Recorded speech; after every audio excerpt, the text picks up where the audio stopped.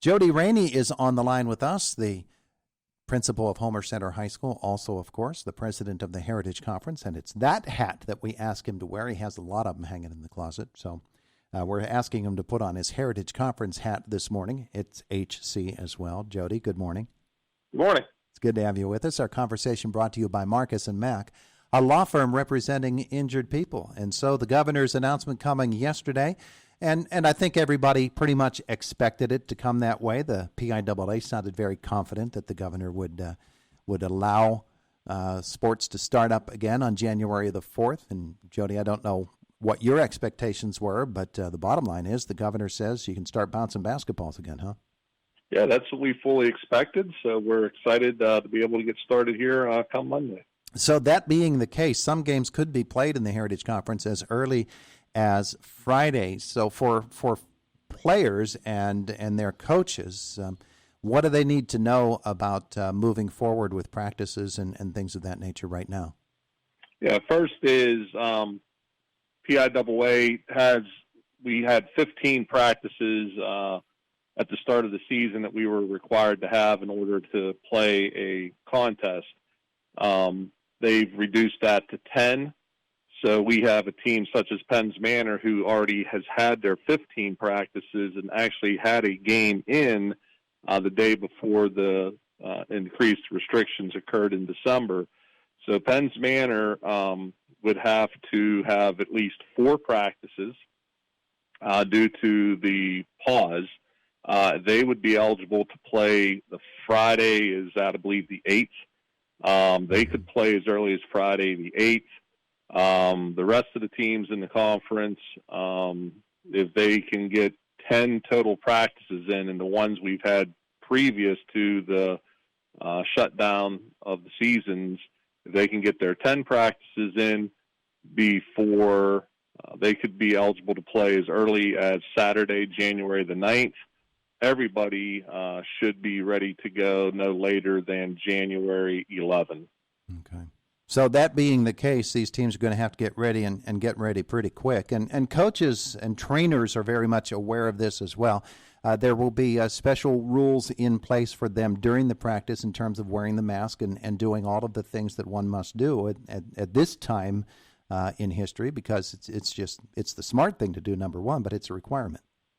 It is a requirement. There is an exemption that is in the Secretary's order. And the position of the Heritage Conference is that if players who get documented reason for the exemption from their family physician, submits those to their school, to their principal, to their athletic director, there's a process in place where the school reviews that exemption, requests from the physician for individual players. There is no blanket excuses. If they then submit that documentation, the school district reviews it, and it's clearly demonstrated that it meets the exemptions that are allowable under Section 3 of the Secretary of Health's order, then we will communicate that to the other teams in the conference, and the conference teams will honor those individual exemptions if approved by the local school. Mm-hmm. So, that's where we stand right now. So the students, athletes will have to wear masks unless they get the documentation and approval for the exemption. Now, people are wondering, the obvious question that comes to mind is, are we talking practice only, or must they wear masks during the games? Games as well. Games as well. So that is something that is going to be difficult for them to get used to, but maybe not so much because they've been probably doing this all along now. It is. I mean, it's been a topic conversation since the Secretary had issued that order and has put out the guidance that clearly explains the process to get an exemption. And, like I've said many a times, we have to follow the guidance that we're given, and there is a process in place for people who truly have health concerns that they can get an exemption. And so, that it's the hand we've been dealt, and we're going to play it. We're just excited that we're able to begin basketball season and play some basketball this year. Schools, athletic directors, everybody who must get involved in the planning process then are also going to have to come up with some sort of court availability time for people to use these athletic facilities. There's a lot of teams that want to get on those courts, so I would guess that's a scheduling headache for some. It is. Thank goodness for the athletic directors. They plan. I know for ourselves too. We're down in Homer Center. We've been very fortunate. We have a signed agreement with the Methodist Church that we're using their gym facility down there for some of our practices. So we've been very fortunate to have a venue that's rather close to us that we can still get our practices schedules in. And the athletic directors, I think, have done an exceptional job of figuring out the gym usage to give everybody opportunity to participate not only in basketball but the other sports and everything else that goes on within a school. One of the items that you take note of when things like this come up, because everything is brand new right now to everybody as we approach this coming basketball season, wrestling season as well, swimming season, is the availability of officials. And there probably is going to be some pressure on schools to find men and women who can blow the whistle, and certainly that will be a challenge. It will be a challenge for sure, because also the mask order does also apply to officials, game officials, and that's something that the same process for exemptions does exist for officials as well, and so that's something. It always seems to be a problem, but we're fortunate that the Indiana County, our chapter in Indiana County, they've been very much participatory with us and have a lot of conversations with our athletic directors and help us with game assignments and things of that nature. So we're very fortunate. And we also do have secondary partnerships with neighboring chapters as well. So we're pretty optimistic that we'll be able to get our game officials in place and be able to run our season like we have in the past. So, through the work of the athletic directors and the chapter officers and representatives of the officials, I think we're in good shape and feel very optimistic that we'll be able to provide the appropriate officiating for our contests. Talking with Jody Rainey, president of the Heritage Conference this morning after the governors yesterday announced that, as scheduled, he will not extend the ban on sports activities, and so the teams will be able to get back on the court for practices starting on Monday. And the governor was very explicit in his ruling as well on attendance going back to the plan that was previously in place, and so schools will have to go with a percentage of their capacity in order to determine who can actually go to these games. And I would assume, therefore, that each school will come up with its own policy for who gets in on the limited number of availabilities? We talked about this at a conference meeting probably when the first restrictions were announced, and those restrictions were knocked down to 10%. That's where we're going to be starting the season, as we have a 10% capacity. The issue for Heritage Conference for us, most of our schools, once that would be around 60 to 65 people, you have to count your student athletes, your players, your coaches, your clock operators, scorekeepers, officials. So by the time you get to that number, we're at capacity or pretty close to capacity. So we are anticipating the start of the season to be with no spectators or extremely limited numbers. But the one good thing, we all have the National Federation camera systems in our gym, with the exception of Salzburg. So we will be able to live stream our game contest. People can buy subscriptions.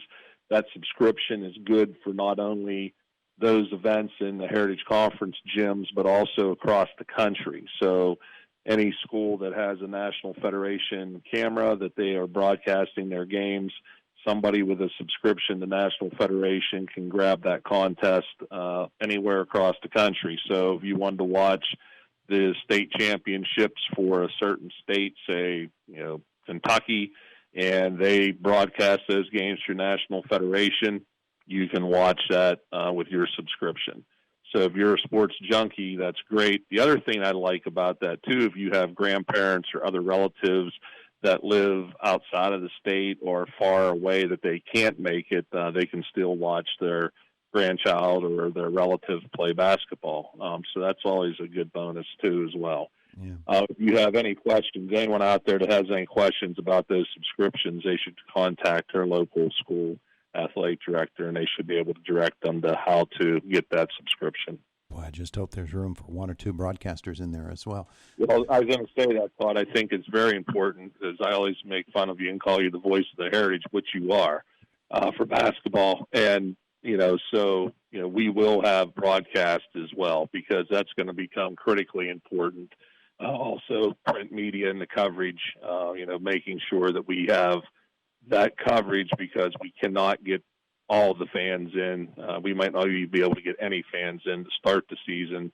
And the media, you guys doing radio broadcasts, National Federation cameras, and print media become that much more essential to make sure we're getting coverage of our student athletes, and also keeping the local community involved. So, we do appreciate your efforts to make sure that you partner with us again this year. Well, we certainly appreciate the opportunity. As far as the actual action on the court, now, before the fall season practices got underway, PIAA met. They came up with some specific rules per sport. Not real major changes. There had been some discussion about jump balls for basketball, but my understanding was that they just decided to keep it the way that it was.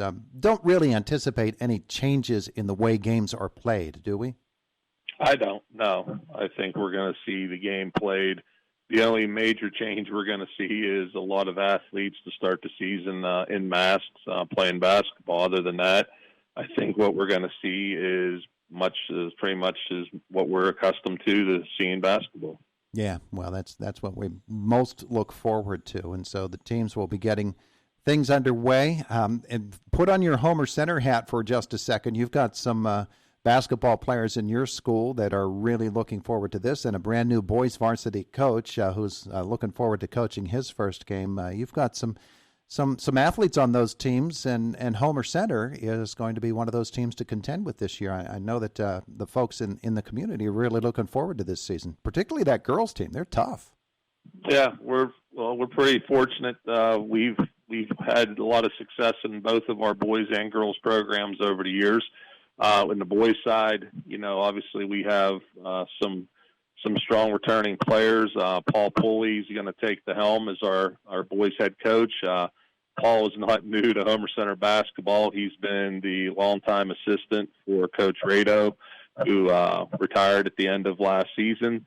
And so we expect, a lot of continuity in, as far as the familiarity with the players and the coaching staff.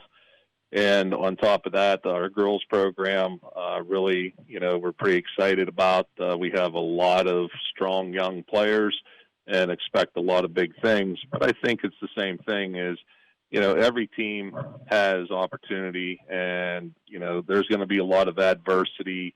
If we keep our focus on basketball and not these other outside, nobody likes the masks, obviously, but, you can put your focus on things you can't control, or put your things on things you can control. And so, we've talked to our teams already about just the idea that, tomorrow's not guaranteed to us in any level, pandemic or not. And so we want to make sure that we enjoy the game.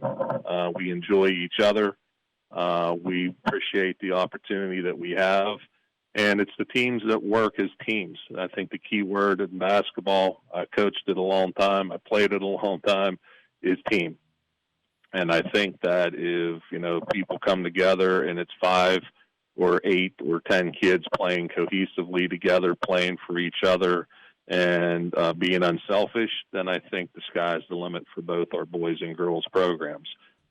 So that's what we're looking forward to. And so, not only our team, but all of our conference teams, we're just excited that they have the opportunity to play basketball and be kids and enjoy being part of a team and part of a group and relish the opportunities and make memories. Well put, my friend. Thank you so much for joining us again. You've been really, really helpful to us all throughout these athletic seasons and through the summer as well. So I can sincerely call you coach and friend and president and fire chief and everything else. Jody, thanks so much for being with us again today. Thanks, Todd. And like I said, and I appreciate you guys helping us. We have a lot of fans of the Heritage Conference that listen to you guys and follow not only your Facebook and follow your broadcasts and stuff. So we appreciate you getting the word out to them. And, we do appreciate the support of many fans across there and supporters of our student athletes across the Heritage Conference. So just want to wish everybody a Happy New Year and thanks again for all the support we get from everybody for our student athletes. And the same to you. Have a great day today. All right, you too, Todd. We'll see you. You too, Todd. We'll see you.